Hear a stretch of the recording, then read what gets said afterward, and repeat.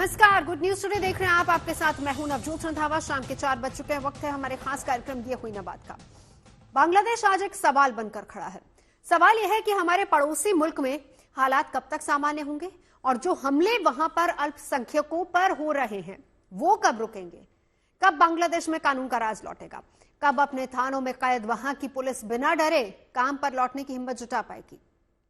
आखिर कब आवामी लीग के लीडर खौफ के साए से बाहर आएंगे।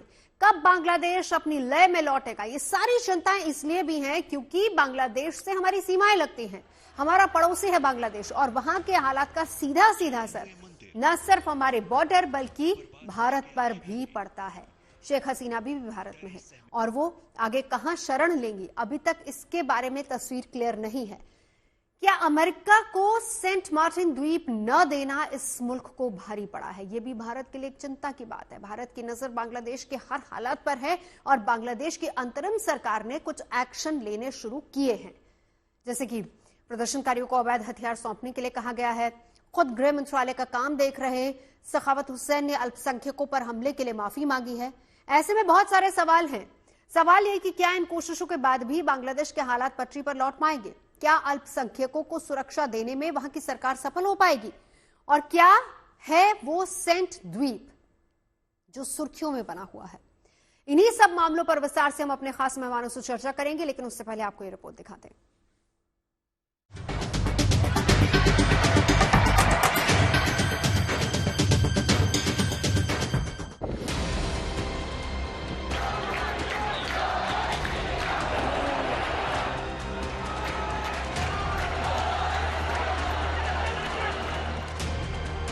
जले हुए मंदिर, बर्बाद हो चुके आशियाने, डरे सहमे हिंदू और राजनीतिक प्रतिशोध की आग। एक लंबे आंदोलन के बाद बांग्लादेश का कुल हासिल इतना ही है। मोहम्मद यूनुस की अंतरिम सरकार शपथ ले चुकी है। बावजूद इसके बांग्लादेश में लोगों को अपने मुल्क का मुस्तकबिल दूर दूर तक नजर नहीं आ रहा है। मौजूदा परिस्थितियों में आखिर बांग्लादेश का भविष्य किस ओर जा रहा है और बेहतर यही होगा कि हम अगर बांग्लादेश के उन लोगों से ढाका में बात करें जहां पर हूं। दरअसल ये वीआईपी इलाका है, राष्ट्रपति भवन से बेहद कम दूरी पर है। आज की तारीख में अगर मैं आपसे ये समझना चाहूं कि बांग्लादेश किस ओर जा रहा है, उसका भविष्य किस तरफ यहाँ के आवाम देख रही है। अभी बांग्लादेश जिस तरफ जा रहा है भविष्य अच्छा नहीं जाएगा। क्यों ये डॉक्टर यूनुस बैठा छात्रों का परामर्श करके एक टीम बनाया, वो टीम से बैठा। ये टीम थोड़ा दिन अच्छा चलेगा, ज़्यादा दिन अच्छा नहीं चलेगा। वो दूसरा पार्टी गवर्नमेंट लाजिम चाहिए, शपथ का गवर्नमेंट लाजिम चाहिए। शपथ का गवर्नमेंट जो इधर नहीं आएगा तो हर कंट्री का एग्रीमेंट नहीं आएगा। बांग्लादेश में सबसे ज्यादा खौफ में हिंदू समुदाय के लोग हैं। पिछले 6-7 दिनों से भीड़ के निशाने पर सबसे ज्यादा अल्पसंख्यक ही हैं। उनके मंदिरों को तोड़ा गया है, देवी देवताओं की मूर्तियों को खंडित किया गया है। खौफ का आलम यह है कि बांग्लादेश की सड़कों पर हिंदू समुदाय के लोगों को निकलने से भी डर लग रहा है। मेरे पीछे आप जो देख रहे हैं मुकुंद ब्रह्मचारी जी, जो यहाँ के मुख्य पुजारी हैं। लेकिन सीधे तस्वीरों से शुरुआत करते हुए यहाँ पर देखिए कई हिंदू समाज की महिलाएं हैं, आंखों में आंसू है और वो आंसू इसलिए हैं क्योंकि उनके भगवान को नुकसान पहुंचाया गया, लूटपाट हुई, तोड़फोड़ हुई। बाहर का प्रांगण देखिए, इस इलाके में प्रसाद मिलता था, प्रसाद बंटता था और इस जगह पर जब जो उपद्रवी तत्व आए थे उन्होंने यहाँ सब कुछ आग के हवाले कर दिया। मंदिर की संपत्ति में मोटरसाइकिल थी, उसे जला दिया गया। दरअसल ये मंदिर एक किराए की इमारत में चल रहा था और इस्कॉन के लोग चंदा जमा करके यहाँ एक मंदिर बनाना चाहते थे। लेकिन 5 अगस्त की घटना एक बार ढाका में शुरू हुई, वहां हिंसक झड़प शुरू हुई प्रदर्शनकारी और पुलिस के बीच, तो यहाँ पर चरमपंथियों ने सीधे हिंदुओं को निशाना बनाया। केवल मंदिर ही नहीं, बांग्लादेश में हिंसा के दौर का सबसे ज्यादा खामियाजा हिंदू परिवारों ने उठाया है। ये आशियाना पल्लव भट्टाचार्य का है। इस घर में घर जैसा कुछ नहीं बचा है। 5 पीढ़ियों की निशानी को दंगाइयों ने जलाकर खाक कर दिया है। जिस भट्टाचार्य जी के हम घर में हैं वो दरअसल 5 पीढ़ियों से वकील हैं और एक संपन्न परिवार था। और पूरी भीड़ जब उनके घर में घुसी, ये देखिए उन्होंने क्या किया, सारी किताबें जला दी, घर जला दिए।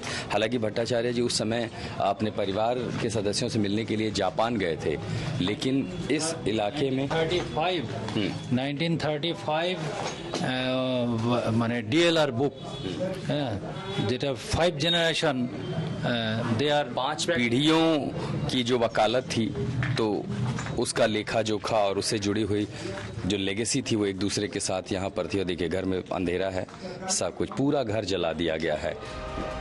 बांग्लादेश में खतरा केवल हिंदुओं पर ही नहीं है, आवामी लीग के कार्यकर्ताओं को भी भीड़ ने निशाना बनाया है।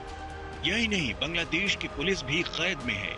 जो पुलिस कभी बांग्लादेश में कानून की रक्षा करती थी, आज डर के साये में थानों तक महदूद नजर आ रही है।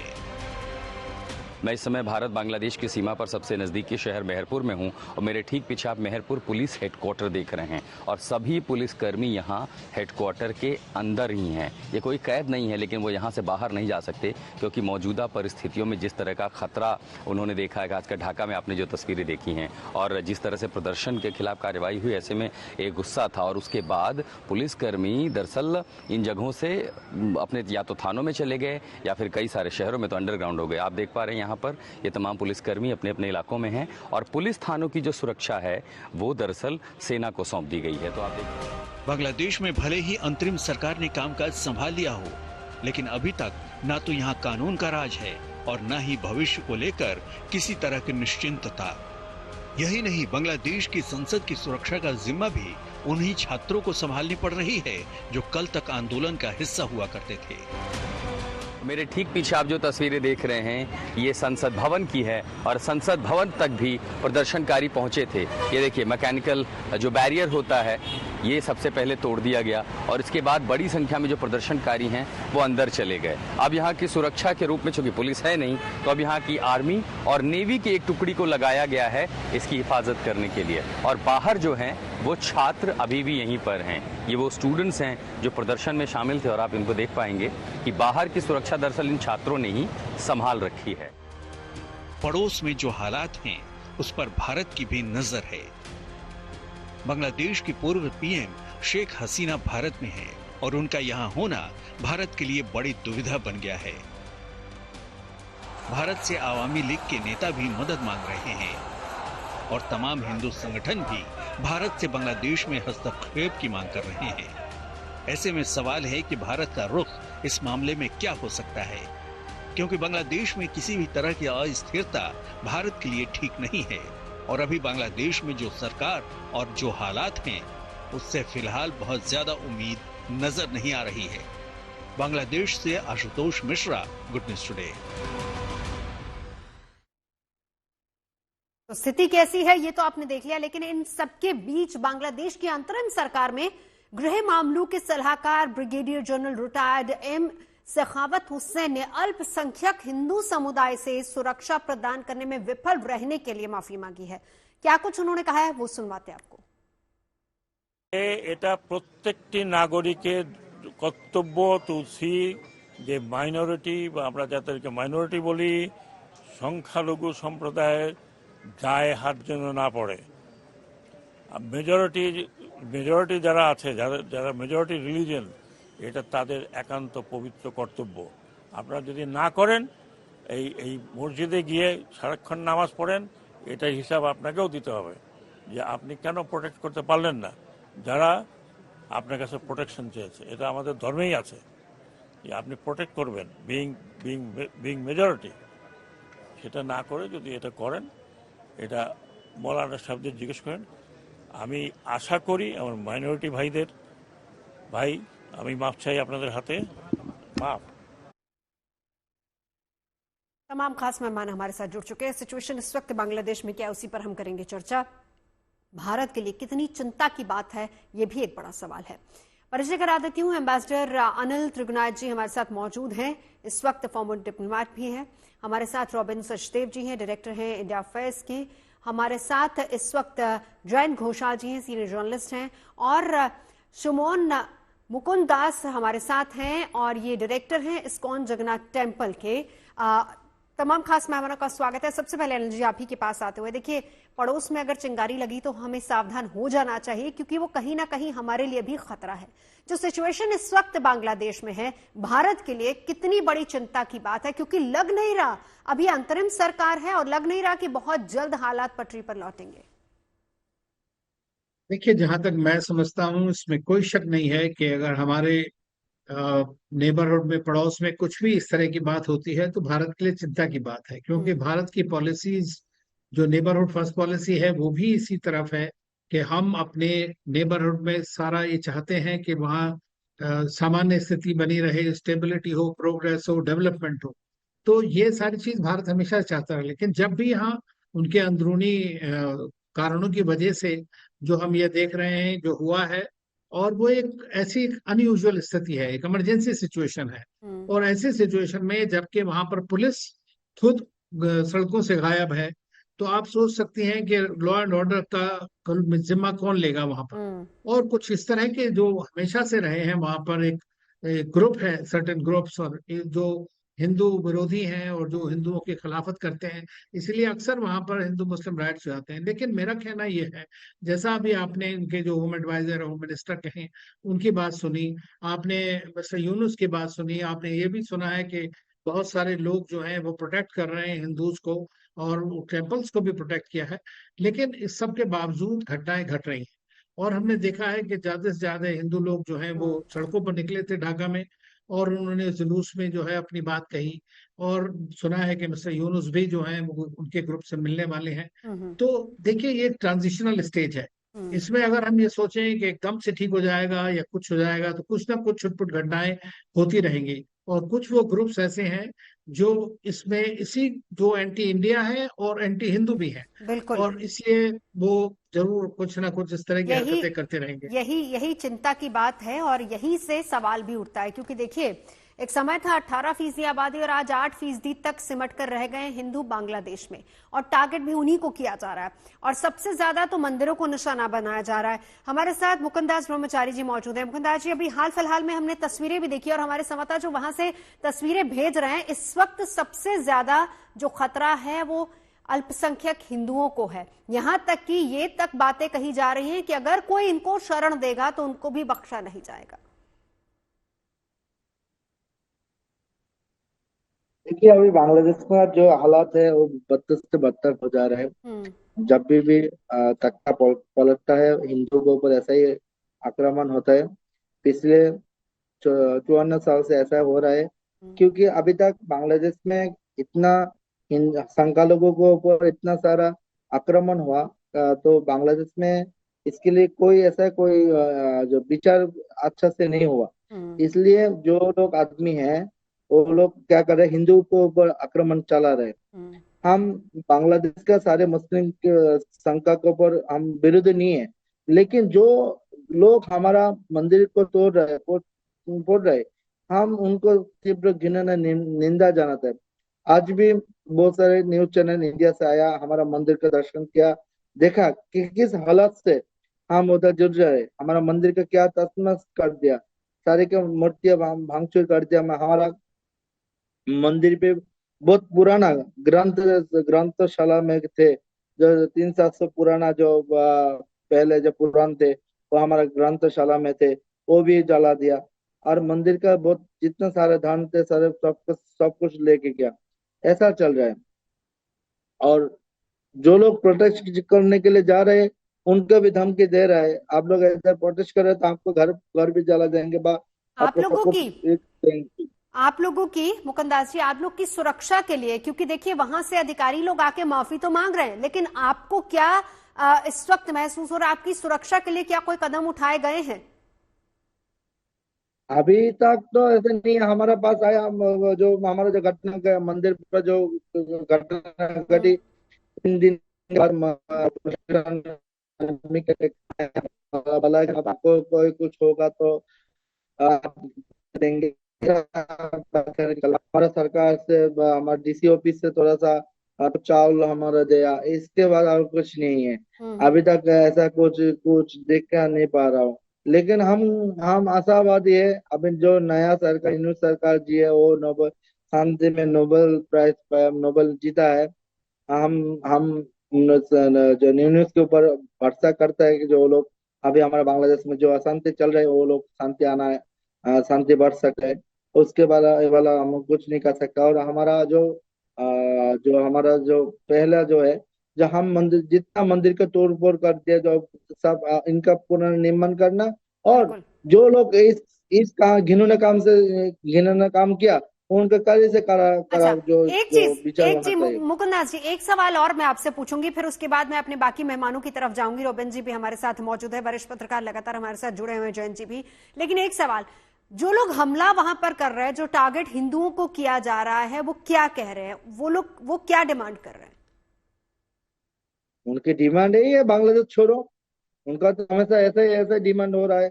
हम बांग्लादेश में बांग्लादेश में रह रहे, बांग्लादेश में खा रहे, हमारे बांग्लादेश को उनको अच्छा नहीं लग रहा। उनको लोग को चाहते हैं जो बांग्लादेश को छोड़ो। जो जो 71 के साल जो मुक्ति युद्ध का जो विरोधी थे, वो अभी तक भी ये बांग्लादेश के विरोधी कर रहे हैं। और बांग्लादेश में जो मुक्ति युद्ध में जो बांग्लादेशी हिंदू मुस्लिम बौद्ध क्रिश्चियन जो सारे मिलकर जो बांग्लादेश को स्वाधीन किया, वो सब भूलकर अभी हिंदू और संख्या लोगों को बांग्लादेश को तो छोड़ने के लिए ये सब कर रहा है अभी। बिल्कुल। रोबिन जी, अब सिचुएशन जो इस वक्त वहां पर है आप सुन रहे हैं, सीधा वहीं से हमारे साथ जुड़े हुए हैं गोपाल दास जी भी, मुकुंद दास जी भी हमारे साथ।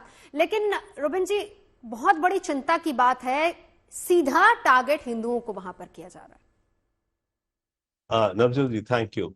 यस, किया जा रहा है, अनफॉर्चुनेट है, और आई मीन वर्ड्स फेल करते हैं, परंतु ये असलियत है। परंतु एक असलियत और भी है कि हिंदुओं के अलावा और लोग भी मारे जा रहे हैं वहां पर इस समय। खास करके जो अवामी लीग के हैं, जो उनके एडवाइजर्स या सीनियर या उस पार्टी के थे, पुलिस के भी लोगों को, आर्मी के भी लोगों को टारगेट किया जा रहा है, जो माना जाता है कि वो अवामी लीग के साथ सपोर्ट करते थे।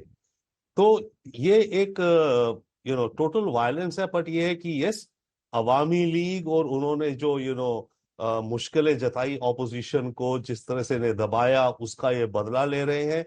और जब ये अराजकता फैली है, तो ऐसे में ऑब्वियसली एलिमेंट्स हैं जो कि एंटी इंडिया, एंटी हिंदू, और जैसे बताया जा रहा है अभी कि जो कहते हैं हिंदुओं को रिलीजन के बेसिस पे कि आप ये देश छोड़ के जाओ। तो ये तो डेफिनेटली यस, जब पॉइंट इसकी, जब कयास होता है, तो कयास में जो मिस्चिवियस एलिमेंट्स होते हैं, वो तो ऑब्वियसली वैसे ही कुछ ना कुछ अपनी अपना एजेंडा आगे चलाते हैं। और ऐसे में ये केवल नॉर्मल मिस्चिवियस एलिमेंट्स ही नहीं, ये वैसे एलिमेंट्स हैं जो कि रिलीजियस रेडिकल्स हैं, एक्सट्रीमिस्ट हैं, फैनेटिक्स हैं। तो उनको मौका मिल जाता है इस तरह की वारदातों को अंजाम देने को। ये रियल अनफॉर्चुनेट है, बट यही असलियत होती दिख रही है वहां पे। चीजें बट हाँ जी, बिल्कुल, अपनी बात पूरी कीजिए सर पहले। But at the same time I will say, जो भी आपने उनके होम एडवाइजर की जो आपने स्टेटमेंट सुनाई, अच्छी हैं, यूनुस भी दे रहे हैं, अच्छी हैं। पर बात यह है कि इनके पास अभी कंट्रोल कितना है और कब तक ये कंट्रोल कर पाएंगे। अभी तो सुप्रीम कोर्ट का चीफ जस्टिस बदला, आज बैंक ऑफ बांग्लादेश का गवर्नर बदल रहा है। अभी तक तो सारे पुलिस स्टेशन खाली हो रखे थे। इनका पुलिस हेडक्वार्टर जो था, आई थिंक कल तक उसको आर्मी प्रोटेक्ट कर रही थी, राइट। अब शायद आज आया है कि करीब 650 पुलिस स्टेशन है टोटल देश में, उनमें से करीब 600 फिर से वर्किंग में आ गए हैं। तो जब जहां टोटल एब्सेंस हो लॉ एंड ऑर्डर मैकेनिज्म की, वैसे में तो जनता का और ये मॉब बन जाते हैं ना।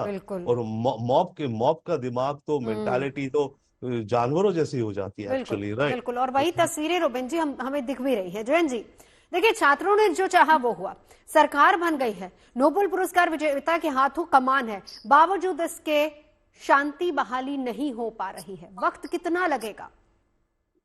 देखिए, मैं अभी चर्चा सुन रहा था, रविंद्र जी जो बोले हैं, अनिल जी और मुकुंद जी, मैं ब्रॉडली समर्थन करता हूं। लेकिन आप जो सवाल कर रहे हैं, कितना दिन मतलब ये जो भयंकर स्थिति, जितना भयंकर स्थिति होना था वो तो हो गया है। अभी तो आफ्टर मत चल रहा है, आफ्टर शॉक। अभी शेख हसीना देश छोड़ के आ गई है, देश छोड़ दिए। अभी वहां जितना हिंसा होगा उसके लिए ब्लेम्ड होंगे यूनुस सरकार, मतलब अभी केयरटेकर, और उसके बाद चुनाव अगर होगा तो अभी इस समय देखिए यूनुस साहब रिस्पॉन्सिबिलिटी लेने के बाद इमीडिएटली बताया कि I am not anti Indian, immediately बताया कि ये जो हिंसा और इसको हम कंट्रोल करना चाहते हैं, ये ना होना अच्छा है, क्योंकि अभी जिस समय अभी चल रहा है, अभी तो शेख हसीना नहीं है, अभी तो Awami League is not ruling party. तो जो मूवमेंट, जो हिंसा, देखिए जमात जो फैक्टर है, सबसे ज्यादा समस्या हो रहा है कि यूनुस साहब सरकार चलाएंगे, लेकिन BNP and Jamaat, this two factors को लेके चलना पड़ेगा। अगर यूनुस साहब एक अपना पार्टी बनाए, जो सुन रहा हूं, और वो अगर थर्ड फोर्स हो जाए, वो तो चुनाव कब होगा वो उस समय दिखा जाएगा। लेकिन इस समय immediate control over the minority, जैसे अभी आप बोल रहे थे, ये जो भयंकर हिंसा, इस समय नरेंद्र मोदी सरकार भी जो रेस्ट्रेंट दिखा रहे हैं, क्योंकि इस समय देखिए बॉर्डर जो है, वेस्ट बंगाल सबसे ज्यादा बॉर्डर है, कुछ बिहार में आके हिंदू शरणार्थी भी वेट कर रहे हैं, अंदर आना चाहते हैं। लेकिन जयशंकर जी ने भी पार्लियामेंट में स्टेटमेंट में बोले हैं कि हम वहां के जो सेना है उसके साथ भी संपर्क में हैं, मतलब वो भी ओथ टेकिंग के पहले इमीडिएट बता। क्योंकि देखिए सरकार को, भारत सरकार को अफगानिस्तान में आज तालिबान सरकार के साथ भी बात करना पड़ता है। Taliban foreign minister SCO meeting में जयशंकर जी जाते हैं, तो अफगानिस्तान में अगर हम तालिबान सरकार के साथ बात करते हैं, परवेज मुशर्रफ जो कारगिल वॉर के आर्किटेक्ट था, उसके लिए वाजपेयी जी को मैं उस समय पत्रकार के नाते मैंने देखने के मौका मिला था कि आगरा समिट में वो लेजिटिमाइजेशन होगा या नहीं, उसको लेके कैबिनेट कमिटी ऑफ सिक्योरिटी में डिबेट था, लेकिन फैसला यही हुआ था कि दूसरे कंट्री है, वो सॉवरेन कंट्री है जी। अगर हम जुंटा सरकार को भी तो म्यांमार में बात करना पड़ता था। तो लेकिन सर, जब हम एक अंतरिम सरकार की डेफिनेशन की बात करते हैं, देखिए कुछ लोग आते हैं, इकट्ठा होते हैं, प्रोटेस्ट करते हैं, तख्ता पलट कर देते हैं और उसके बाद एक अंतरिम सरकार बन जाती है। क्या मतलब है एक लोकतंत्र में अंतरिम सरकार को किस तरीके से समझा जाए? देखिए यही सबसे बड़ी समस्या है, क्योंकि भारत सरकार इसमें दूसरे कंट्री के, सॉवरेन कंट्री में जो इंटरनल इंस्टेबिलिटी ये बांग्लादेश में जो है वो भयंकर, वो तो रविंद्र जी बताएंगे कि वहां कॉन्स्टिट्यूशनल क्राइसिस, ये तो मिलिट्री कू नहीं हुआ। जब मिलिट्री कू नहीं हुआ, military rather protected Sheikh Hasina, वो तो अपने रिलेटिव भी हैं, उन्होंने उनको अगर नहीं उस समय रेस्क्यू करते तो क्या होता, भगवान जाने क्या होता।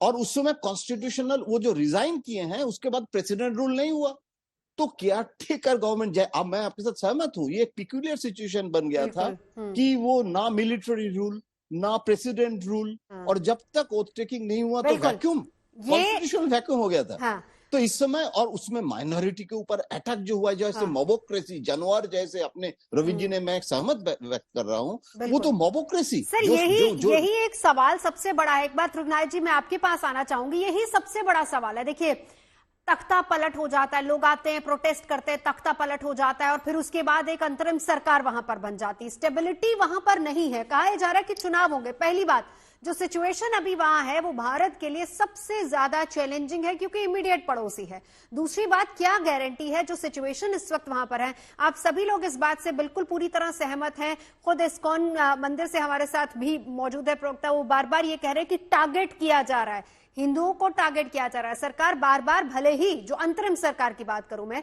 वो ये बार बार कहे कि वो एंटी हिंदू नहीं है, एंटी इंडिया नहीं है, लेकिन जो मॉब है वो तो सीधे तौर पर हमारे मंदिरों और वहां पर हिंदुओं को टारगेट कर रहा है। ऐसे में भारत का स्टैंड क्या होना चाहिए और कितनी पॉसिबिलिटीज है वहां पर? क्या चुनाव आगे हो पाएंगे या नहीं हो पाएंगे? ये सब पपेट्स ही है केवल।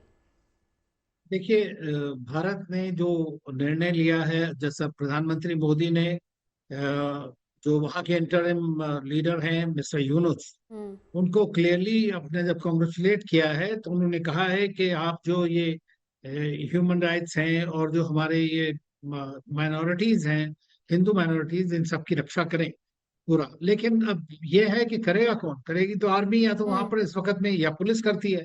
पुलिस आ नहीं रही है बाहर में, तो ये एक ऐसी पेक्यूलियर सिचुएशन है। ऐसे में आप क्या कर सकते हैं?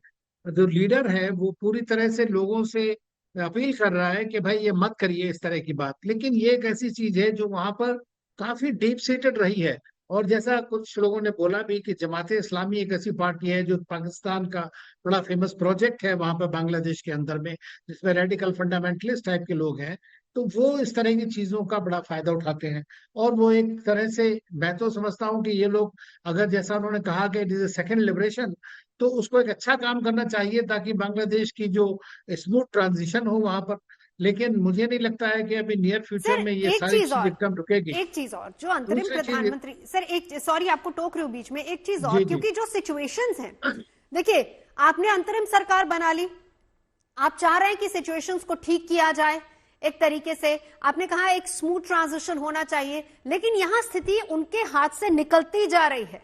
अब सिचुएशन हाथ में नहीं है उस सरकार के, और भले ही वो बाहर आकर मीडिया के सामने ये कहें कि हम आपको सुरक्षा नहीं दे पा रहे, इतना कहना सबसे बड़ी बात होती है। भाई आपके पास पूरा तंत्र है, बावजूद इसके आप सुरक्षा नहीं दे पा रहे हैं।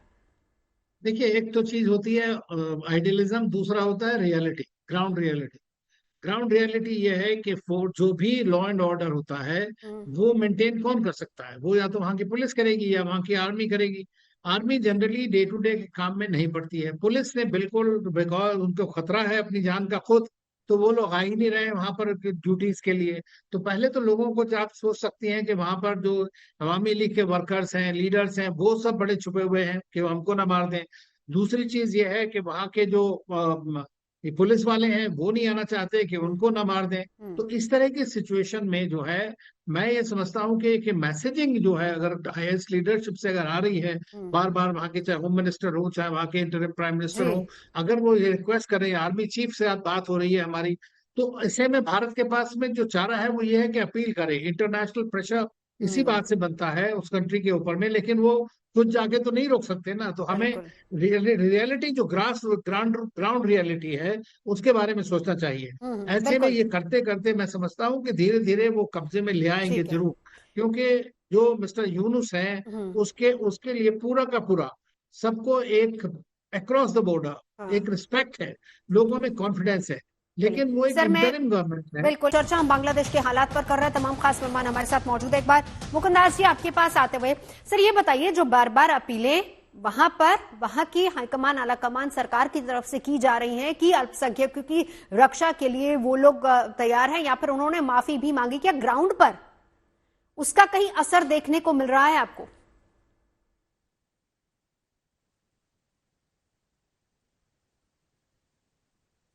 ऑडियो म्यूट है सर आपका। अभी भी तो उन लोग नया नया सरकार गठन किया, हम लोग उनको ऊपर विश्वास है, और हमारा जो बांग्लादेश में शंका लोगों को जो लीडर है उनको लेकर बैठने के लिए अभी सोच रहे बैठक होगा। तो ग्राउंड लेवल पे अभी तक शांत नहीं हुआ, क्योंकि जो आदमी जो मिलिट्री हमारे ऊपर हर मंदिर पे कहीं ना कहीं अभी तक आक्रमण चल रहा है। हिंदू जो व्यवसायी है अभी तक उन लोग जो साधारण जीवन यापन नहीं कर पाए। अभी के उनके मन में डर है, डर के मारे उन लोग सबको लोग कहीं ना कहीं छुप कर बैठे हैं। जो युवती महिला है वो भी अलग जगह अलग से में रह रहे, क्योंकि अभी भी ऐसा हालत नहीं ठीक हुआ। वो लोग कोशिश कर रहे हैं, और हम भी उनके ऊपर आस्था रखते, भगवान के पास प्रार्थना रखा तो वो लोग कोशिश कर पाए। और हम भारत सरकार से भी हम निम्नलिखित करते, भारत का जो निवासी जो सनातन हिंदू है, जो देखिए शास्त्रों में कहते हैं जो अन्याय करता है और जो अन्याय को सहन करता है दोनों एक ही होता है। जो हमारा बांग्लादेश के सनातन हिंदू के ऊपर जो अन्याय कर रहे हैं, इनके ऊपर आप लोग जो सनातनी है, जो हमारा इमीडिएट जो भारतवासी है, जो 100 करोड़ से ज्यादा हिंदू आबादी उधर रह रहे, उन लोग अभी हमारा मंदिर जो ऐसा अत्याचार है उनके लिए प्रोटेस्ट नहीं करेंगे। तो आप लोग भी मिलिटेंट की तरह अभी सामान्य अपराधी है, क्योंकि शास्त्र में यही बोल रहे हैं, जो अपराधी कर रहे हैं अपराधी है, और जो अपराध सहन करते दोनों एक ही बात होता है। तो हम जानते हैं हमारे लिए आप लोग है, लेकिन आप लोग से कोई अभी तक ऐसा कोई स्टेटमेंट नहीं आया जो जैसे लोग मिलिटेंट हो लोग हम चुप हो जाए हमारे लिए, हमारे ऊपर आक्रमण बंद कर दे। मैं लौटती हूँ आपके पास। रोबेन जी, दो बातें। देखिए, पहली बात, एक तो शेख हसीना भारत में है, और जिस सेंट द्वीप को लेकर वो लगातार आरोप लगा रही है कि अगर दे दिया जाता तो शायद उनकी सरकार बच जाती। सर, दो तरह की सिचुएशन इस वक्त, एक तो जो इमीडिएट वहां पर हालात है उससे निपटना वहां की सरकार के लिए, और दूसरा अगर हम सेंट द्वीप की बात करें तो ये भी एक तरीके से बड़ा चैलेंज होगा, ना सिर्फ बांग्लादेश के लिए, क्योंकि ये इसका भी कहीं ना कहीं लिंक भारत से आता है। जी हाँ अमन, सेंट मार्टिन से आने से पहले मैं क्विक 2 पॉइंट बोलना चाहता हूँ। देखिए, बांग्लादेश के अंदर जो फिलहाल सरकार है ये केयर टेकर गवर्नमेंट है। उनकी कॉन्स्टिट्यूशन में जब इलेक्शन अनाउंस होती है, जैसे इंडिया में मॉडल कोड ऑफ कंडक्ट है ना, उस तरह की सरकार है। इसके पास अपनी कोई पावर नहीं है। इसका काम ये है कि इलेक्शंस को करवाना 90 दिन के अंदर फेयर एंड ट्रांसपेरेंट, राइट। तो ऐसे में इनके पास लॉ एंड ऑर्डर के कोई लीवर्स नहीं है मेरे विचार से। जो पावर है वो आर्मी को करना है और पुलिस को करना है, 1। सेकेंड, इंटरनेशनल कम्युनिटी जो प्रेशर डाल सकती है अगर, पर बात है कि इंटरनेशनल कम्युनिटी कौन डालेगा? यूएन डालेगा। यूएनएससी तब डालेगा अगर कोई कंट्री जाए यूएन सिक्योरिटी काउंसिल में, बोले जी बांग्लादेश में ये हो रहा है, आप उसकी सरकार पे प्रेशर डालो। इंडिया तो जाएगा नहीं यूएनएससी ये कहने को कि बांग्लादेश में आप ऑर्डर करवाओ, क्योंकि कल को बांग्लादेश यूएन जाके इंडिया के लिए बोलेगा, पाकिस्तान इंडिया के लिए बोलेगा, तो हम तो जाएंगे नहीं। तो आज हमने एक्चुअली कल हमारे थिंक टैंक ने एक लेटर लिखा है to the High Commissioner of Human Rights in Geneva, saying to him कि आपके ऊपर अर्जेंट ये है, देखो बांग्लादेश की गवर्नमेंट को बोलो इमीडिएट ये वायलेंस रोके, आप अपना एक मिशन भेजो और आप ये मुद्दा यूएन सिक्योरिटी में आप ले जाओ कि बांग्लादेश में ये हो रहा है, वर्ल्ड कम्युनिटी पे इस पे कदम उठाने चाहिए। तो एक वो अलग रास्ता है। Now coming to Saint Martin's, Saint Martin island की जो बात चली, जो शेख हसीना ने कहा है, इसमें मेरा ये निजी विचार है और मेरे निजी विचार से जो शेख हसीना कह रही है, एंड यहाँ पे बहुत वाइज लोग बैठे हैं, एम्बेसडर त्रिगुनायत एंड अदर्स, मेरे विचार से इसमें तथ्य नहीं है। और मैं इसका एक सिंपल रीजन दे देता हूं जो मुझे समझ आता है। अगर अमेरिका को ये आइलैंड, ये टापू इतना जरूरी था कि उसने शेख हसीना की सरकार गिरवा दी, और अमेरिका दूध पिता बच्चा तो है नहीं, उसे भी पता है अगर शेख हसीना गई तो बीएनपी और जमात पावर में आएंगे, जो कि प्रो इस्लाम है, कट्टर है, प्रो पाकिस्तान है, एंटी इंडिया है और प्रो चाइना है। तो अमेरिका क्या एक आइलैंड लेने के बदले अपने पैर पे ऐसे कुल्हाड़ी मारता कि बांग्लादेश का सारे के सारे देश का पॉलिटिकल पावर और उसकी लीनिंग चाइना की तरफ चले जाती। मैं केवल एक इस लॉजिक से सोचता हूं, हो सकता है कुछ और रीजंस हो कि भाई अमेरिका ने क्यों, ये एग्रीड है रोबिन जी, हाँ जी, ये एक आपने कहा निजी विचार है। एक बार त्रिगुनायत जी, मैं एक रिएक्शन इसी पर आपका भी लेना चाहूंगी। बिल्कुल, आपका विचार इस पर क्या है? देखिए, जैसा मैं रोबिन जी की बात से पूरी तरह सहमत हूँ, लेकिन ये जो सिचुएशन है, जैसे कि हम देख रहे हैं कि दुनिया भर में ये रिपोर्ट्स आ रही हैं कि जो बांग्लादेशी हिंदूज हैं उनके ऊपर अटैक हो रहा है। जहां तक भारत सरकार है, मैं समझता हूं कि उनकी डायरेक्ट रिस्पॉन्सिबिलिटी होती है अपने जो नागरिक हैं उनकी सुरक्षा के लिए, सबसे पहली बात। लेकिन उसके बावजूद क्योंकि वहां पर एक बड़ी माइनॉरिटी कम्युनिटी है और बांग्लादेश हमारे लिए बहुत इम्पोर्टेंट मुल्क भी है, प्रधानमंत्री ने, सबने बात किया है, सारे हर चैनल के साथ बात हो रही है उनकी कि उनको सुरक्षा प्रदान की जाए।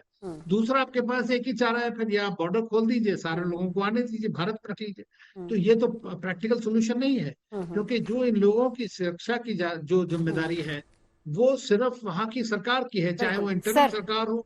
वो ये नहीं कह सकती कि हम इंटरिम में इसलिए कुछ नहीं कर सकते। सर तो इंटरिम सरकार, जी सर, माफी चाहूंगी, आपको रोक रही हूँ। मैंने एक सेंट मार्टिन द्वीप पर एक रिएक्शन आपका चाहूंगी, क्योंकि जो रोबिन जी कह रहे हैं, क्या आप उस बात से सहमत हैं या फिर आपको लगता है कि नहीं, इसके पीछे कोई और तर्क हो सकता है? देखिए, अब कहने की बात तो ये है कि आज से नहीं, काफी दिनों से यूनाइटेड स्टेट्स, आप आइलैंड छोड़ दीजिए, वो कई कारणों की वजह से जो है शेख हसीना की सरकार को सपोर्ट नहीं कर रहे थे।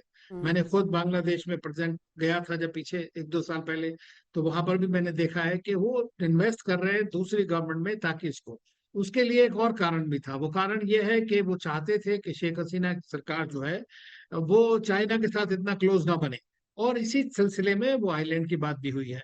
लेकिन आइलैंड की बात तो शेख हसीना के जो एक चिट्ठी है उसके जरिए पता लगी लोगों को, लेकिन लोग जानते थे कि स्ट्रेटेजिक उसमें तो साइनो यूएस कॉन्टेस्टेशन जो है उसके चलते ये एक हो सकता है। लेकिन काफी दिनों से वो क्रिटिसाइज कर रहे थे। आप एक बड़ा अंदाजा इससे लगाइए, डेमोक्रेसी समिट की अमेरिका में, और उस डेमोक्रेसी समिट के अंदर में पाकिस्तान को बुलाया गया, लेकिन बांग्लादेश से नहीं बुलाया गया, नहीं इंक्लूड किया गया उनको। तो इससे क्या अंदाजा लगता है? उससे जो है जो डिसग्रंटल्ड एलिमेंट है वो और भी ज्यादा रेडिकलाइज हो जाते हैं। तो पर ये मैं सर, समझता जो हूं कि दूसरी बड़े सरकार आएगी वो भी तो अमेरिका के लिए, रोबन जी की बात बिल्कुल सही है, वो तो ज्यादा बड़ा चैलेंज होगा अमेरिका के लिए। एक पहलू है इस पर सर, विचार बस आपका क्या हो सकता है? देखिए, सरकार कौन सी आएगी किसको पता है। सरकार तो वही आएगी अब इस वक्त में जब इलेक्शन होंगे, क्योंकि अगर आप यंग यूथ की बात सुने तो वो तो किसी भी पार्टी को पसंद नहीं करते। तो ये तो अब एक ओपन क्वेश्चन है, तो मैं नहीं कह सकता कि अगली सरकार आएगी तो वो क्या करेगी। लेकिन जो इंटरिम सरकार है वो, उसके फॉरेन सेक्रेटरी या फॉरेन मिनिस्टर जो है वो ये बोल रहे हैं कि हम बैलेंस्ड रिलेशनशिप चाहते हैं। ठीक है, बैलेंस। एक रिएक्शन अब इस पर रोबन जी। जी quickly, yes, I agree with ambassador Trigunayat. मेरा केवल ये कहना है, यस, अमेरिका हम जानते हैं दुनिया भर में लीडर्स को मरवाता है, कू करता है, अमेरिका बहुत खेल खेलता है, हम सब जानते हैं, राइट। सेकेंडली, बांग्लादेश में भी यस, अमेरिका शेख हसीना को आर्म ट्विस्ट कर रहा था, इसकी रैपिड एक्शन बटालियन को उसने सैंक्शंस लगा दी थी, उसके वीजा डिनाई करे थे डेमोक्रेसी को लेकर के, और अमेरिका ये आइलैंड भी चाहता है, मैं मानता हूं सारा, यस। पर मेरे विचार से अमेरिका इस हद तक नहीं जाता कि इस आइलैंड उसको नहीं मिला जो हसीना कह रही है, और उसके बदले इसने इसकी सरकार गिरवा दी। अब वही बात है, आइलैंड अमेरिका कहता है मेरे को चाहिए चाइना को बैलेंस करना है, पर आइलैंड ना लेकर के उसने ऐसा कर दिया, शेख हसीना को गिरा करके आइलैंड तो छोड़ा, पूरा का पूरा देश चाइना की तरफ टिल्ट कर दिया।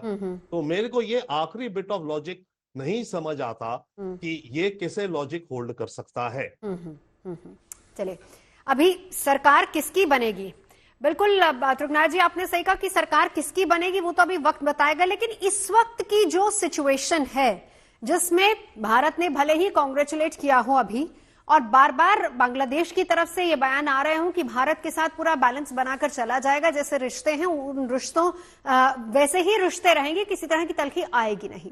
अब चुनाव जब होंगे कौन सी सरकार बनेगी उसके बारे में कहा नहीं जा सकता, लेकिन शेख हसीना अभी भी भारत में है, और भारत का ऐसे समय में जब शेख हसीना भारत में हूं तो उनके साथ बांग्लादेश के साथ आगे रिश्तों को बढ़ाना ये कितनी बड़ी चुनौती होगी।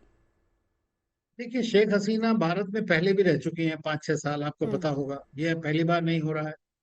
काफी लोग आए, जैसे हमने देखा कि दलाई लामा भारत में है इतने सालों के साथ, अफगान के प्रेसिडेंट, उनकी फैमिली यहाँ पर रह चुकी है।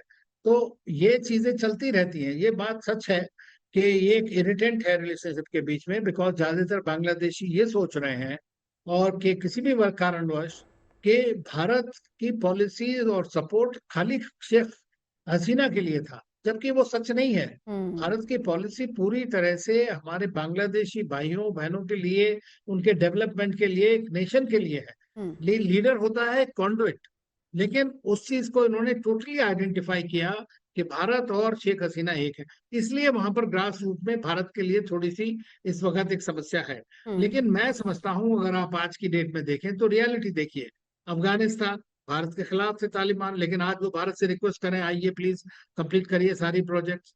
आप देखिए मालदीव्स में क्या हो रहा है कि मालदीव्स के अंदर भी भारत के इंडिया आउट कैंपेन था, आज मालदीव्स इतना बेनिफिट कर रहा है, बार बार भारत के पास आ रहा है हेल्प कराने के लिए। श्रीलंका की हालत देख लीजिए। तो मैं समझता हूं कि जो हमारे नेबरिंग कंट्रीज हैं वो अच्छी तरह समझते हैं कि भारत के साथ जो उनका हिस्टोरिक और कल्चरल कनेक्ट है, और जिस तरह के रिश्ते, जिस तरह की पॉलिसीज भारत फॉलो करता है, वो उनके अपने हित में है। तो मुझे कोई शक नहीं है कि कोई भी सरकार आएगी, भले ही बैलेंस करेगी, वो दिखाएगी या कुछ भी करेगी, लेकिन उसके बाद में रिश्ते जो हैं नॉर्मल, क्योंकि हर लीडर को, हर पॉलिटिकल पार्टी को, जो भी कंट्री को लीड करता है, उसके देश का सबसे बड़ा जो हित है वही उसके लिए सर्वोपरि होता है। तो फॉरेन पॉलिसी का मेन एम है अपने देश का नेशनल इंटरेस्ट सर्व करना। अब आज की डेट में आप सोचती हैं कि क्या पाकिस्तान मदद कर सकता है उनकी, या चीन कितनी मदद कर सकता है? तो चीन तो ऑलरेडी शेख हसीना साथ में थी उनके, तो उन्होंने काफी उनके साथ काम किया, लेकिन क्या अमेरिका वहां से आएगा मदद करने के लिए? ये सोचने की बात है कि भारत एक बड़ी पावर है और वो रहेगा, लेकिन जो भारत की पॉलिसीज इस वक्त है, जो हमारी अप्रोच है, मैं समझता हूँ बिल्कुल सही है। नहीं, लेकिन भारत ने, आपने सही कहा कि चाहे वो श्रीलंका हो या फिर अफगानिस्तान की हम बात कर ले जहां पर तालिबान सरकार आई थी, भारत ने एक स्टैंड अच्छा लिया था जिसमें ये मैसेज देने में कहीं ना कहीं भारत कामयाब भी हुआ है कि भारत और उस देश के, चाहे वो अफगानिस्तान हो या फिर कोई भी देश हो, उसके साथ जो रिश्ते हैं या फिर किसी भी तरह के संबंध है, व्यापारिक संबंध है, वो उनकी आवाम के लिए ही है। यही संदेश भारत को बांग्लादेश में भी देना होगा। रोबिन जी, एक सवाल आपसे भी, संदेश देना होगा लेकिन साथ ही साथ भारत का स्टैंड क्या होगा? और दूसरी बात ये, क्या बांग्लादेश में चैलेंज सबसे बड़ा ये है, और आज की तारीख में सवाल एक ही है कि क्या लोकतंत्र की बहाली हो पाएगी बांग्लादेश में? देखिए, लोकतंत्र की बहाली होप है और रास्ता है, उस पर प्रयास हो रहा है, वो करेंगे। अब आगे देखते हैं क्या होगा। पर डेफिनेटली अभी तो इंटेंट दिख रहे हैं उनके। इंडिया का भी, जैसे अभी एम्बेसडर त्रिगनायत कह रहे हैं, देखिए आई मीन बांग्लादेश के लिए इंडिया बहुत जरूरी है। हम उसके चारों तरफ है। डिजास्टर मैनेजमेंट कुछ हो गया, हेल्थ केयर के लिए इतने हजारों लाखों बांग्लादेशी इंडिया आते हैं, बगल में बांग्लादेश से कोलकाता इत्यादि मटेरियल सप्लाई। तो बांग्लादेश का भारत से ऐसे स्विच ऑफ नहीं हो जाएगा। बट हाँ, ये होगा जो और प्लस जो भी सरकार आएगी वो डिप्लोमेटिकली वो भी सही बातें करेगी, हम आपसे अच्छे रिश्ते चाहते हैं। पर होता क्या है कि धीरे धीरे उनका टिल्ट किस तरफ जाएगा, राइट, वो हमें हमारी चिंता है। और ये जो डिस्पेंसेशन आएगी शायद इसका टिल्ट चाइना की तरफ जाएगा, या इनका है कि बैलेंस करना। एक सवाल इसी से जुड़ा एक और उठता है कि पहली बात तो ये कि चुनाव कब होंगे, ठीक है, 90 दिन का आपने जिक्र किया था। मैं यहीं से जो आप बात कर रहे थे, एक लाइन और इसमें जोड़ देती हूँ, क्या जो नई सरकार आएगी आवामी लीग हिस्सा ले पाएगी भी, या फिर ऐसा तो नहीं होगा कि उसको पार्टिसिपेट ही नहीं करने दिया जाए? नहीं, मेरे ख्याल से अवामी लीग हिस्सा लेगी। हालांकि बात अलग है कि उसके कुछ बहुत कम लोग शायद जीतेंगे, काफियों को मार धार दिया गया है, तो कुछ डर के मारे लड़ेंगे नहीं माहौल देखते हुए। परंतु मेरे विचार से डेफिनेटली लड़ेंगे कुछ लोग। और अवामी लीग, देखिए, देश का एक अच्छा खासा परसेंटेज है, 30, 35, 40% लोग जो इन्होंने वोट दिया था अभी हसीना को, जब बाकियों ने बॉयकॉट किया था, तो करीब 35-40% तो अवामी लीग के सपोर्टर्स हैं। और शायद उतने ही 35-40 या 30-35 बीएनपी के हैं।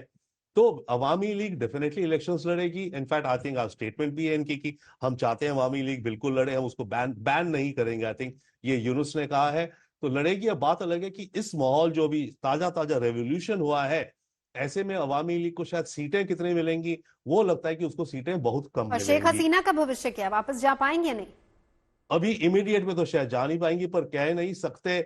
बट इमीडिएट में तो मेरे को नहीं लगता वो जाएंगी। अगले, या जैसे अभी इलेक्शन होनी है, जो अभी जब 90 दिन में अगर होनी है, तो मेरे को तो उसमें चांस कम लगता है कि शेख हसीना वापस जाएंगी। बट अवामी लीग लड़ेगी।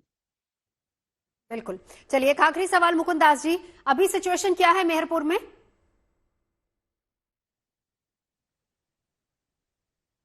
आपका ऑडियो म्यूट है सर। जानते आज तक से जो रिपोर्टर हमारा मंदिर के दर्शन करने लिए आया, तो उन्होंने बहुत डर के मार के आया, क्योंकि उनको बहुत सारे सोर्स से बोल रहे आप लोग अभी मेहरपुर मत जाना, क्योंकि उधर हालात अभी ठीक नहीं है। देखिए, एक सांबादिक को मेहरपुर आने से इतना डरना पड़ता है, जो मेहरपुर हिंदू जो अभी बसवास करे उनका बारे में क्या होगा? आप मेरा जो बात आप क्लियर है, जो एक सांबादिक है जिनके समझ सकते हैं कि खौफ के साए में हैं वहां के लोग, और इस वक्त वहां पर सबसे ज्यादा डर अल्पसंख्यक हिंदुओं को ही सता रहा है। चलिए, बहुत बहुत शुक्रिया हमसे बात करने के लिए, आप तमाम खास मेहमानों का। तो फिलहाल अभी सरकार, भले ही अंतरिम सरकार का गठन हो गया हो, लेकिन अभी सिचुएशन ठीक नहीं हुई है। 90 दिन का वक्त है जब चुनाव भी करवाना है, नई सरकार भी बनी, लेकिन उससे पहले बहुत सारे चैलेंजेस हैं बांग्लादेश के सामने, और बहुत सारी चुनौतियां भारत के लिए भी, क्योंकि वो हमारा इमीडिएट नहीं है।